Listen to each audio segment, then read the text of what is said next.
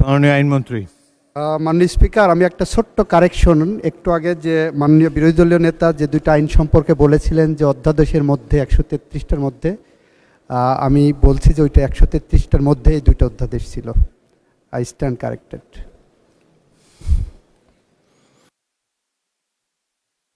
মাননীয় সদস্য আহমদ বিন কাসেম। মাননীয় বিরোধী দলীয় নেতা বলুন। মাননীয় স্পিকার, আপনাকে ধন্যবাদ এবং মাননীয় মন্ত্রীকেও ধন্যবাদ। আগে তিনি যে ব্যাখ্যা দিয়েছিলেন সেই কারণে আমি বলছিলাম যে এখন তাইলে আমার কথা নেই। তা আমি যে কথাটা আগে বলেছি এখন সেটাই আবার রিপিট করছি যে অধ্যাদেশগুলো ল্যাপস করার জন্য এখানে বলা হয়েছে গোতে। আমরা মনে করি প্রত্যেকটাই অতি গুরুত্বপূর্ণ এবং জনগণের অধিকার সংরক্ষণের সাথে সম্পর্কিত। এই জন্যে এই প্রত্যেকটি বিষয়ই আমাদের সুস্পষ্ট প্রস্তাব হচ্ছে এই সংসদে উত্থাপন করা হোক এবং আমরা তাতে আলোচনায় অংশ নিতে চাই। ধন্যবাদ মাননীয় স্পিকার। মাননীয় আইনমন্ত্রী। মাননীয় স্পিকার, প্রত্যেকটি অধ্যাদেশই সংসদে উত্থাপিত হবে। ফার্স্ট রিডিং, সেকেন্ড রিডিং হবে, ওইটার উপর আলোচনার সুযোগ থাকবে। যে দুইটা অধ্যাদেশ আজকে আইন আকারে আসছে, বিল আকারে আসছে, এই দুটো অধ্যাদেশের উপরে আমাদের যে বিশেষ কমিটি ছিল সেই বিশেষ কমিটি আমরা নিঃশর্তভাবেই এটাকে পাশ করার পক্ষে ছিলাম। ধন্যবাদ। জনাব আহমদ বিন কাসেম, পয়েন্ট অফ অর্ডার। মাননীয় স্পিকার, আমি আজকে এখানে দাঁড়িয়ে আছি একটি অন্ধকার ঘর থেকে ফিরে এসে, যেখানে আমার মতো আরও শত শত লোককে নিয়ে যাওয়া হয়েছিল, কিন্তু তারা আর ফিরে আসার সৌভাগ্য তাদের হয়নি। তাদের পক্ষ থেকে, তাদের পরিবারের পক্ষ থেকে একটি বিশেষ বিষয়ে আপনার দৃষ্টি আকর্ষণ, এই মহান সংসদের দৃষ্টি আকর্ষণ করতে চাচ্ছে। আমরা যারা গুমের শিকার, সে অন্ধকার ঘরে আমরা মৃত্যুর প্রহর গুনছিলাম। আমরা মনে নিয়েছিলাম এই অন্ধকার ঘরে আমাদের মৃত্যু হচ্ছে, হয় তারা আমাদেরকে হত্যা করবে, এখানে আমাদের মৃত্যু হবে। কথা বলার কেউ ছিল না আমাদের। কীট পতঙ্গ, পিঁপড়া, টিকটিকের সাথে কথা বলতাম। বাইরে বুঝতে পারতেন না বাইরে কি দিন না রাত। মনে হতো জীবন্ত কবর দিয়ে দেওয়া হয়েছে। মনে হতো যে মৃত্যুর থেকে হাজার গুণ ভালো। মনে করতাম যে আজকে রাতে হয়তো হত্যা করা হবে। এভাবে মৃত্যুর প্রহর যখন গুনছিলাম, একদিন রাতে ট্রেনে হিসছে যখন আমাকে সেখান থেকে বের করছে, আমি ধরে নিয়েছি এখন আমাকে হত্যা করা হচ্ছে।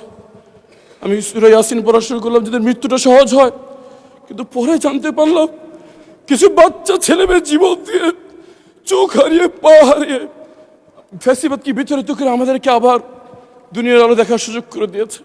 মাননীয় স্পিকার, এই সংসদকে যদি বলতে হয় তাহলে বলতে হবে মুসলিমদের মিলন মেলা। এখানে এমন একজন কেউ পাওয়া যাবে না যে গত ফ্যাসিস্ট আমলে জুলুমের শিকার হয়নি। আমি গুমের ভুক্তভোগী যারা ফিরে আসছে তাদের পক্ষ থেকে, গুমের ভুক্তভোগী পরিবারদের পক্ষ থেকে একটি বিষয়ে দৃষ্টি আকর্ষণ করছি। আমরা স্তম্ভিত হয়ে লক্ষ্য করছি আমাদের সাথে যা করা হয়েছে, এই জুলুম যেন এই বাংলার মাটিতে আর কোনোদিন না হয় সেই নিশ্চিত করার জন্য যে দুটি আইন করা হয়েছিল, গুম প্রতিকার এবং প্রতিরোধ আইন এবং মানবাধিকার কমিশন আইন, বিশেষ কমিটি এই আইনগুলো বাতিলের সুপারিশ করেছে। মাননীয় স্পিকার, কেমন করে যে নিজের গুমের শিকার ভুক্তভোগী,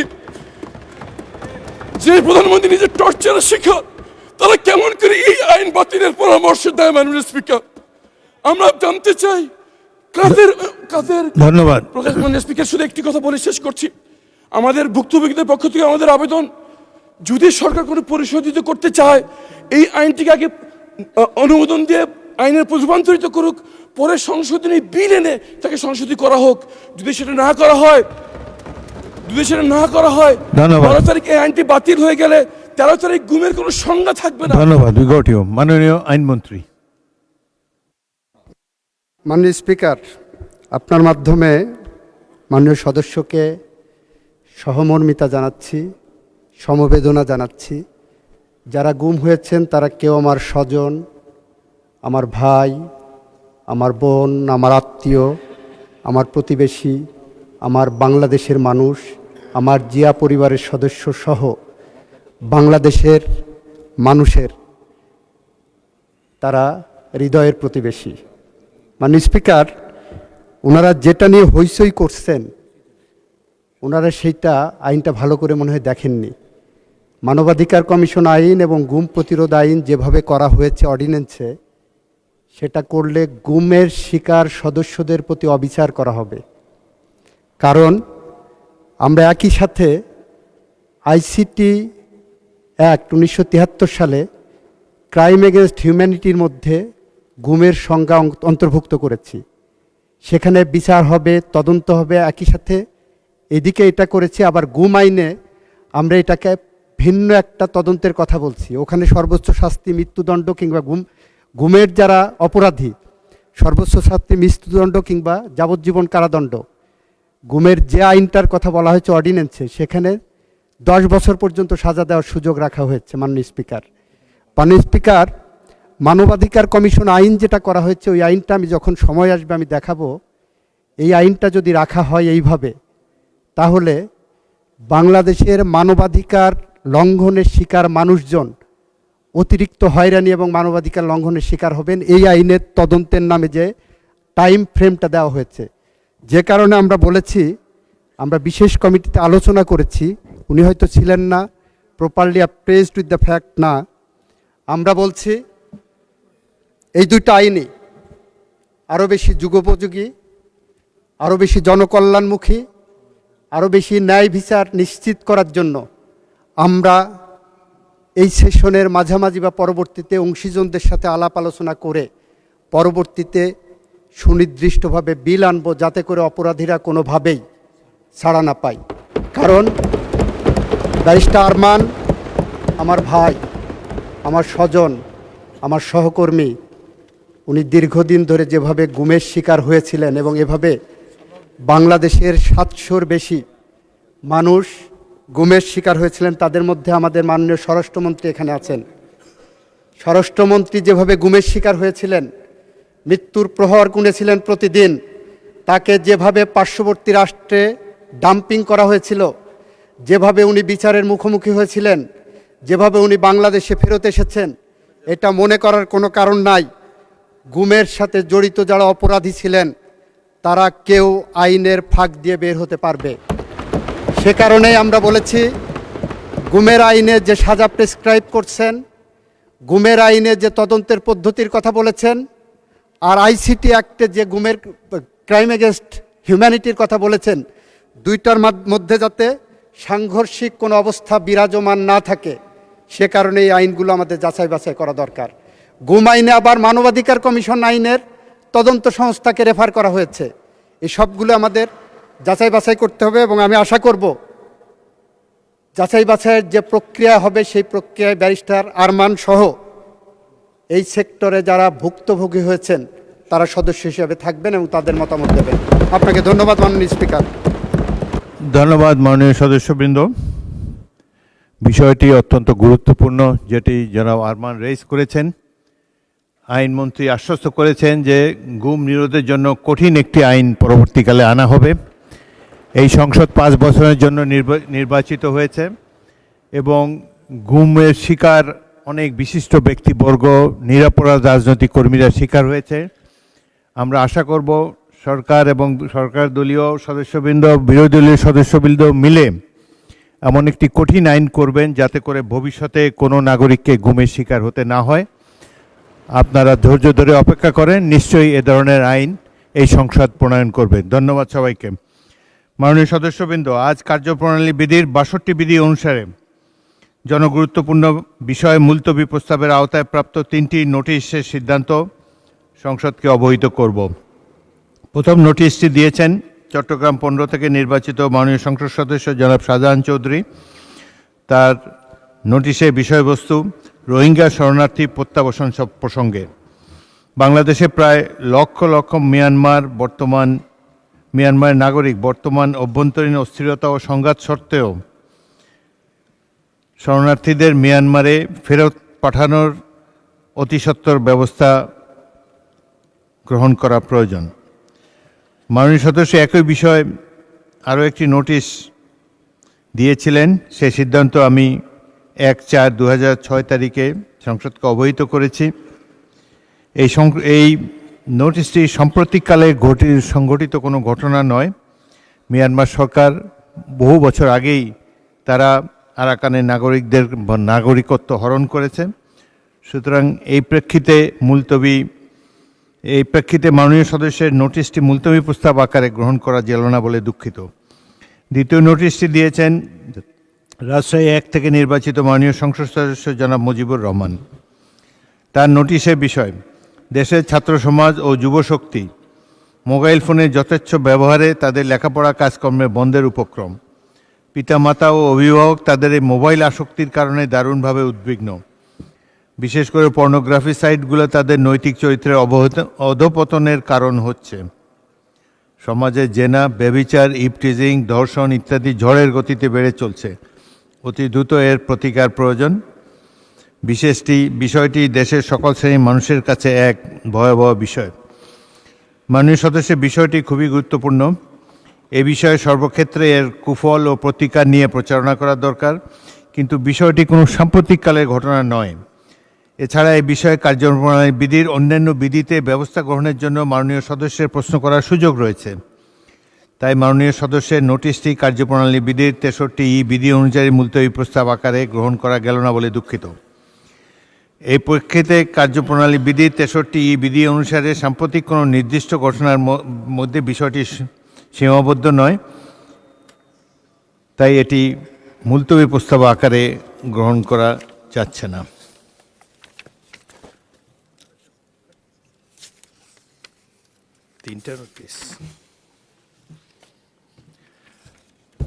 আজকে তৃতীয় নোটিশটি দিয়েছেন পাবনা 1 থেকে নির্বাচিত মাননীয় সংসদ সদস্য জনাব নাজিবুর রহমান। তার নোটিশের বিষয়বস্তু, জাতীয় মানবাধিকার কমিশন সংক্রান্ত 3টি অধ্যাদেশ, গুম কমিশন সংক্রান্ত 2টি অধ্যাদেশ সহ 16টি অধ্যাদেশ, তা আমাদের আন্তর্জাতিক অনেক কনভেনশনের সাথে, যেখানে আমরা স্বাক্ষর করেছি, তার সাথে সংশ্লিষ্ট ও গুরুত্বপূর্ণ। সেগুলোকে কোনো প্রকার আলোচনা ছাড়াই ল্যাপস করে দেওয়া হচ্ছে, যা সমাধান নয়। ফ্যাসিবাদী আমলের গুম, খুনসহ মানবাধিকার লঙ্ঘনের ঘটনার সাথে আইনশৃঙ্খলা বাহিনী, রাষ্ট্রযন্ত্র জড়িত ছিল। এই বিষয়গুলোকে আন্তর্জাতিক কনভেনশন সমূহের আলোকে তদন্ত ও বিচারের জন্য অনেক অধ্যাদেশ জারি করা হয়। সেই গুরুত্বপূর্ণ অধ্যাদেশগুলো ল্যাপস করলে যারা ভিকটিম আছেন তাদের মধ্যে কয়েকজন সংসদ সদস্যও রয়েছেন, তাদের অধিকার ক্ষুণ্ণ হবে। বিষয়টি জনগুরুত্বপূর্ণ বিধায় সংসদে এই বিষয়ে আলোচনা করা প্রয়োজন। মাননীয় সদস্যের নোটিশের বিষয়বস্তু সংসদ কর্তৃক গঠিত বিশেষ কমিটিতে আলোচিত হবার পর সিদ্ধান্ত গৃহীত হয়েছে।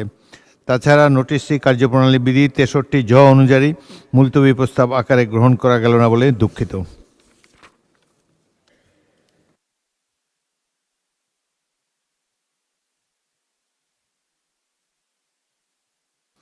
মাননীয় সদস্যবৃন্দ, দিনের সম্পূরক কার্যসূচি অনুযায়ী এখন আইন প্রণয়ন কার্যাবলী। বিলের নাম সরকারি চাকরি সংশোধন বিল 2026। উত্থাপনকারীর নাম মোহাম্মদ আব্দুল বারী, মাননীয় জনপ্রশাসন প্রতিমন্ত্রী। দিনের সম্পূরক কার্যসূচি অনুযায়ী আমি এখন মাননীয় জনপ্রশাসন প্রতিমন্ত্রী মোহাম্মদ আব্দুল বারীকে সরকারি চাকরি সংশোধন বিল 2026 উত্থাপনের অনুমতি প্রার্থনার জন্য আহ্বান জানাচ্ছি।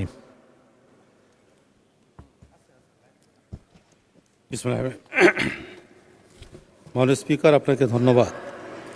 আমি মোহাম্মদ আব্দুল বারী, প্রতিমন্ত্রী, জনপ্রশাসন মন্ত্রণালয়, সরকারি চাকরি আইন 2018 2018 সনের 57 নম্বর আইন সংশোধন কল্পে আনিত একটি বিল, সরকারি চাকরি সংশোধন বিল 2026 উত্থাপনের অনুমতি প্রার্থনা করছি। মাননীয় স্পিকার, আপনাকে ধন্যবাদ। মাননীয় প্রতিমন্ত্রী, আপনি বিলটি উত্থাপন করুন। মাননীয় স্পিকার, আপনাকে ধন্যবাদ। আমি মোহাম্মদ আব্দুল বারী, প্রতিমন্ত্রী, জনপ্রশাসন মন্ত্রণালয়, সরকারি চাকরি আইন 2018 সনের 57 নম্বর আইন সংশোধন কল্পে আনিত একটি বিল, সরকারি চাকরি সংশোধন বিল 2026 এ মহান সংসদে উত্থাপন করছি। মাননীয় স্পিকার, আপনাকে ধন্যবাদ।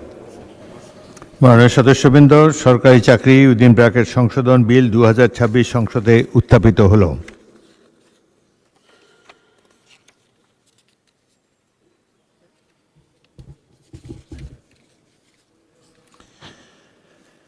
আমি এখন মাননীয় জনপ্রশাসন প্রতিমন্ত্রী মোহাম্মদ আব্দুল বারীকে সংসদে উত্থাপিত আকারে সরকারি চাকরি সংশোধন বিল 2026 অবিলম্বে বিবেচনার প্রস্তাব উত্থাপনের জন্য আহ্বান জানাচ্ছি।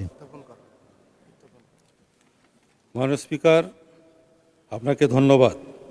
আমি মোহাম্মদ আব্দুল বারী, প্রতিমন্ত্রী, জনপ্রশাসন মন্ত্রণালয়, প্রস্তাব করছি যে সরকারি চাকরি আইন 2018 সনের 57 নম্বর আইন সংশোধনকল্পে আনিত বিল সরকারি চাকরি সংশোধন বিল 2026 সংসদে উত্থাপিত আকারে অবিলম্বে বিবেচনার জন্য গ্রহণ করা হোক।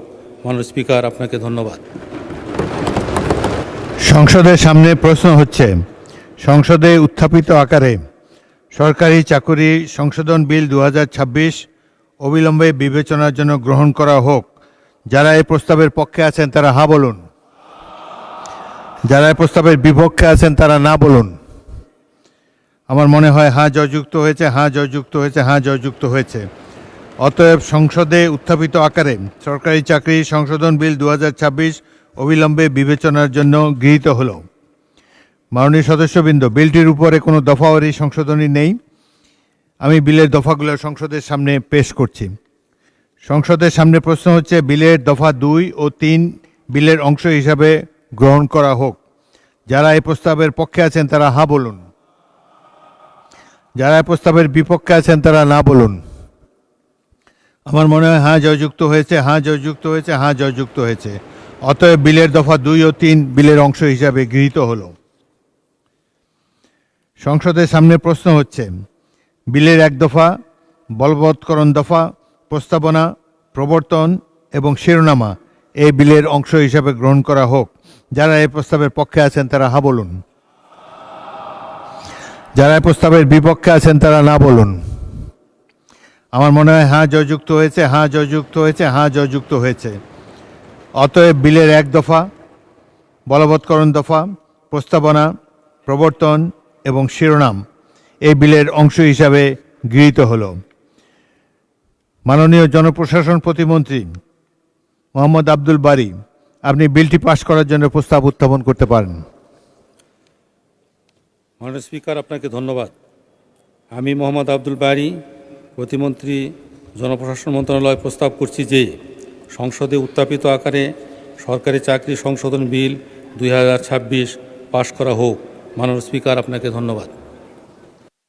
সংসদের সামনে প্রশ্ন, সংসদে উত্থাপিত আকারে সরকারি চাকরি সংশোধন বিল 2026 পাশ করা হোক।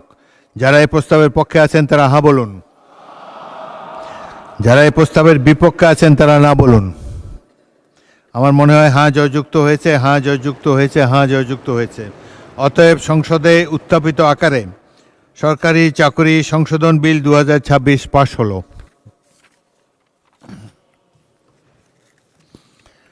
মাননীয় সদস্যবৃন্দ, সরকারি স্বায়ত্তশাসিত সংবিধিবদ্ধ সরকারি কর্তৃপক্ষ, পাবলিক নন ফাইন্যান্সিয়াল কর্পোরেশন সহ স্বশাসিত সংস্থাসমূহে সরাসরি নিয়োগের ক্ষেত্রে সর্বোচ্চ বয়সসীমা নির্ধারণ বিল 2026। উত্থাপনকারীর নাম মোহাম্মদ আব্দুল বারী, জনপ্রশাসন প্রতিমন্ত্রী।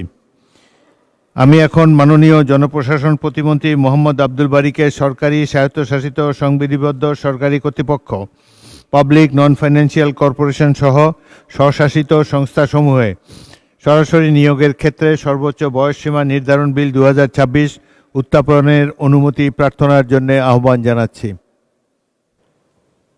মাননীয় স্পিকার, আপনাকে ধন্যবাদ। আমি মোহাম্মদ আব্দুল বারী, প্রতিমন্ত্রী, জনপ্রশাসন মন্ত্রণালয়, সরকারি স্বায়ত্তশাসিত সংবিধিবদ্ধ সরকারি কর্তৃপক্ষ, পাবলিক নন ফিনান্সিয়াল কর্পোরেশন সহ স্বশাসিত সংস্থাসমূহে সরাসরি নিয়োগের ক্ষেত্রে সর্বোচ্চ বয়সসীমা নির্ধারণ কল্পে আনিত একটি বিল সরকারি স্বায়ত্তশাসিত সংবিধিবদ্ধ সরকারি কর্তৃপক্ষ, পাবলিক নন ফিনান্সিয়াল কর্পোরেশন সহ স্বশাসিত সংস্থাসমূহে সরাসরি নিয়োগের ক্ষেত্রে সর্বোচ্চ বয়সসীমা নির্ধারণ বিল 2026 উত্থাপনের অনুমতি প্রার্থনা করছি। মাননীয় স্পিকার, আপনাকে ধন্যবাদ। মাননীয় প্রতিমন্ত্রী, আপনি বিলটি উত্থাপন করুন। মাননীয় স্পিকার, আপনাকে ধন্যবাদ। আমি মোহাম্মদ আব্দুল বারী, প্রতিমন্ত্রী, জনপ্রশাসন মন্ত্রণালয়, সরকারি স্বায়ত্তশাসিত সংবিধিবদ্ধ সরকারি কর্তৃপক্ষ, পাবলিক নন ফিনান্সিয়াল কর্পোরেশন সহ স্বশাসিত সংস্থাসমূহে সরাসরি নিয়োগের ক্ষেত্রে সর্বোচ্চ বয়সসীমা নির্ধারণকল্পে আনিত একটি বিল, সরকারি স্বশাসিত সংবিধিবদ্ধ সরকারি কর্তৃপক্ষ, পাবলিক নন ফিনান্সিয়াল কর্পোরেশন সহ স্বশাসিত সংস্থাসমূহে সরাসরি নিয়োগের ক্ষেত্রে সর্বোচ্চ বয়সসীমা নির্ধারণ বিল 2026 এ মহান সংসদে উত্থাপন করছি। মাননীয় স্পিকার, আপনাকে ধন্যবাদ। মাননীয় সদস্যবৃন্দ, সরকারি স্বায়ত্তশাসিত সংবিধিবদ্ধ সরকারি কর্তৃপক্ষ, পাবলিক নন ফাইন্যান্সিয়াল কর্পোরেশন, স্বশাসিত সংস্থাসমূহে সরাসরি নিয়োগের ক্ষেত্রে সর্বোচ্চ বয়সসীমা নির্ধারণ বিল 2026 সংসদে উত্থাপিত হলো।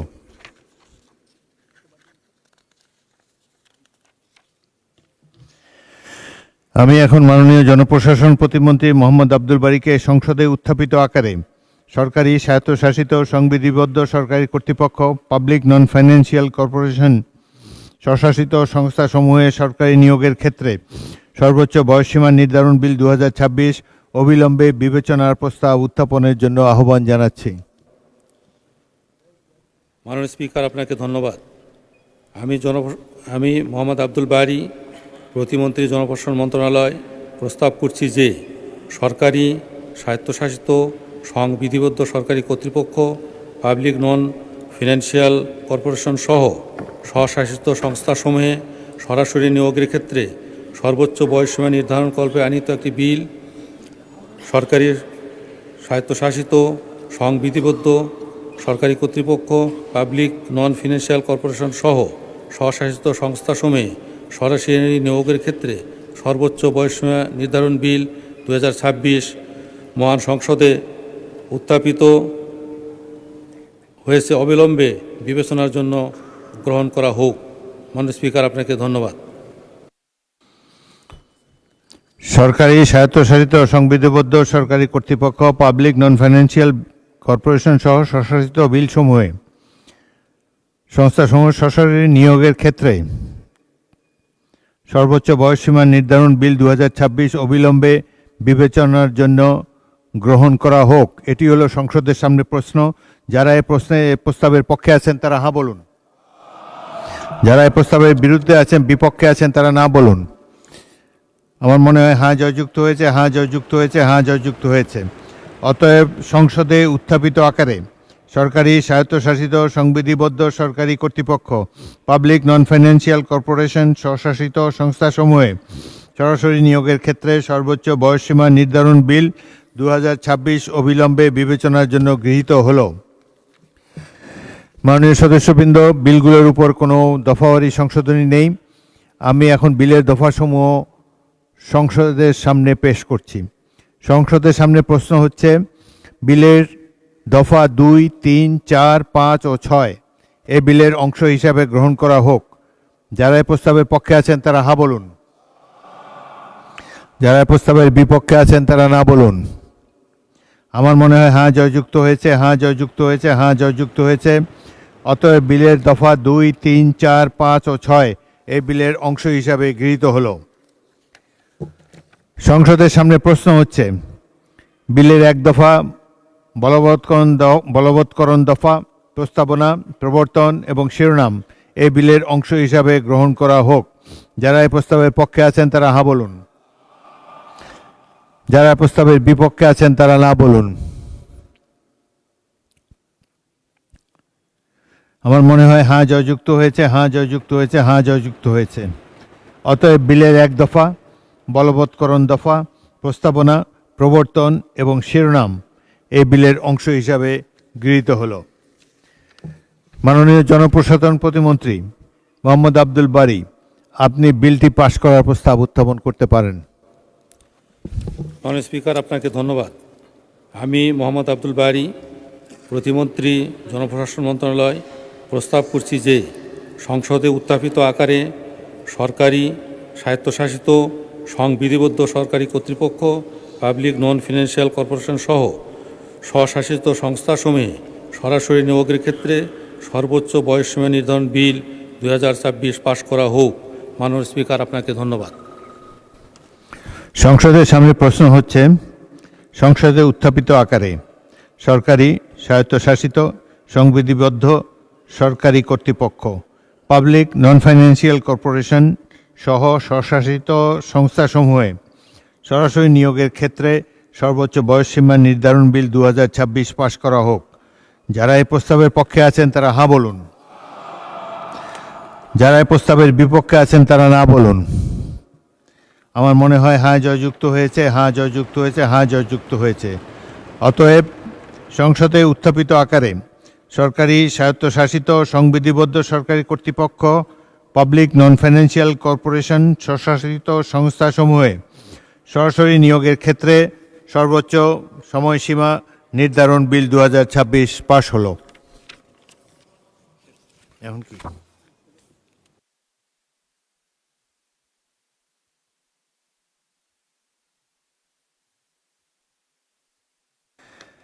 মাননীয় সদস্যবৃন্দ, দিনের কার্যসূচিভুক্ত মহামান্য রাষ্ট্রপতির ভাষণ সম্পর্কে আনীত ধন্যবাদ প্রস্তাবের উপর আলোচনা স্থগিত রাখা হলো।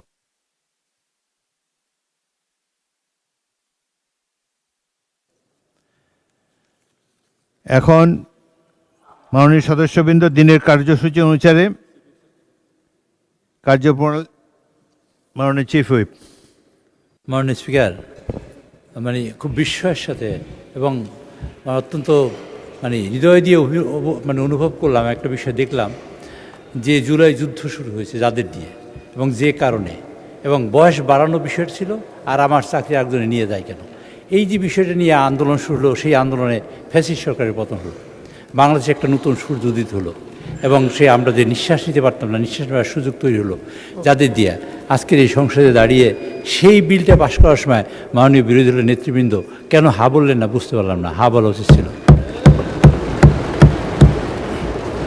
এবং আমরা মনে করি যে এই বিষয়টা অত্যন্ত স্পর্শকাতর। সকলের দিন আজকের মাননীয় স্পিকার, আপনার মাধ্যমে বলতে চাই, না বলে নাই, কিন্তু মাননীয় স্পিকার, একটা বিষয় আছে যে আজকের এই সংসদে আমি আপনার দৃষ্টি আকর্ষণ করছি এবং মাননীয় সদস্যবৃন্দের দৃষ্টি আকর্ষণ করছি। মাননীয়, একটা আমার কথা শেষ করি, আপনি বলবেন। সদস্যবৃন্দের দৃষ্টি আকর্ষণ করছি এই কথা বলে, আজকের এই জুলাই যোদ্ধারা আজকে সংসদে উপস্থিত আছেন, যাদের কারণে, যাদের বিষয়ে যারা জীবন দিয়েছেন এবং যারা আহত হয়েছেন। আপনার ডান পাশে, আপনার বাম পাশে আপনি তাকিয়ে দেখবেন, সেখানে আজকে জুলাই যোদ্ধারা সেখানে সবাই এখানে উপস্থিত আছেন। সবাই আমরা তাদের অভিনন্দন জানাতে চাই, যাদের আত্মত্যাগ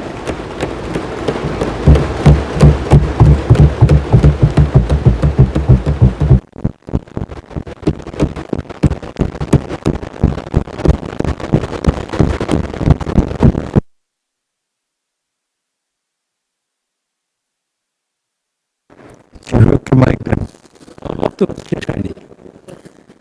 মাইক দেন চিফকে, আপনার বক্তব্য শেষ। অভিনন্দন জানাই শেষ করেন। যারা এই জীবন দিয়েছেন, তাদের তো জীবন ফেরত দিতে, যারা জীবন দিয়েছেন তাদের জীবন ফেরত দিতে পারবে না। যারা আহত হয়েছেন তাদের মাইকে শোনা যাচ্ছে না, আমিও শুনতে পাচ্ছি না। আমাদের মাননীয় প্রধানমন্ত্রী ইতিমধ্যে আপনি পাশের মাইকটা ব্যবহার করতে পারেন যদি দরকার মনে করেন।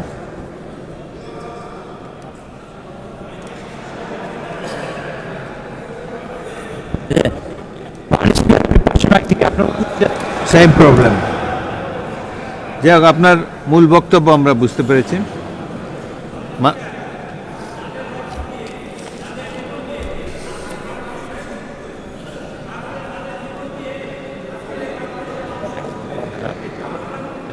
আজকে গণতন্ত্রের বিকাশ করার একটা সুযোগ তৈরি হয়েছে, আজকে সংসদ তৈরি হয়েছে।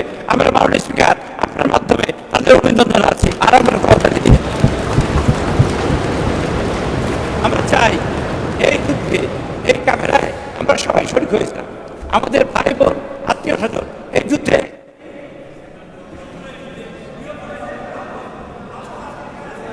ধন্যবাদ চিফ হুইপ, শোনা যাচ্ছে না। মাননীয় স্পিকার, আমরা চাই যে গণতন্ত্র প্রতিষ্ঠা হয়েছে, সেই গণতন্ত্রের মাধ্যমে।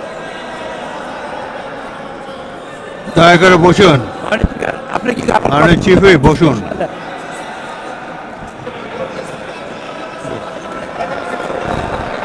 আপনাকে ধন্যবাদ চাই। শোনা যাচ্ছে না কেন? আমরা সংসদে ইতিমধ্যে একটা মন্তব্য করতে পেরেছি এবং কথা বলেছি। আজকে আবার জুলাই সনদ নিয়ে আমরা কথা বলতে চাই। জুলাই সনদে কি হচ্ছে আর কি হবে সে বিষয়ে তাদের গভীর উদ্বেগ আছে এবং সেটা জানার জন্য তারা আজকে মাননীয় চিফ হুইপ, আপনার কথা আমরা বুঝেছি, বসুন। মাননীয় সদস্যবৃন্দ, মাইক কাজ করছে না, আমরা আবারও মাইক বিভ্রাটের শিকার হয়েছি। মাননীয় চিফ হুইপ, আপনারা কি আমাকে শুনতে পাচ্ছেন? আপনারা আমাকে শুনতে পাচ্ছেন না, এখন মুলতবি করে দিই কতক্ষণের জন্য?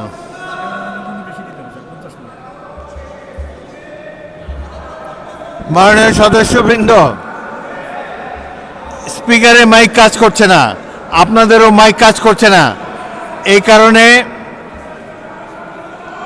40 মিনিট বিরতি দেওয়া হলো। ইতিমধ্যে নামাজের টাইম হয়েছে না,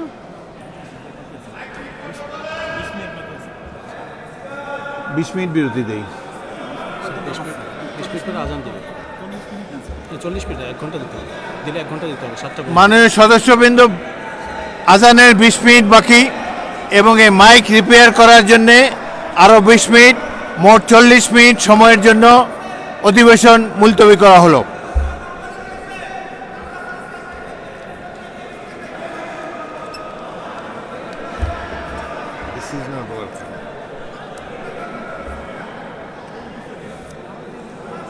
দিয়ে দিস।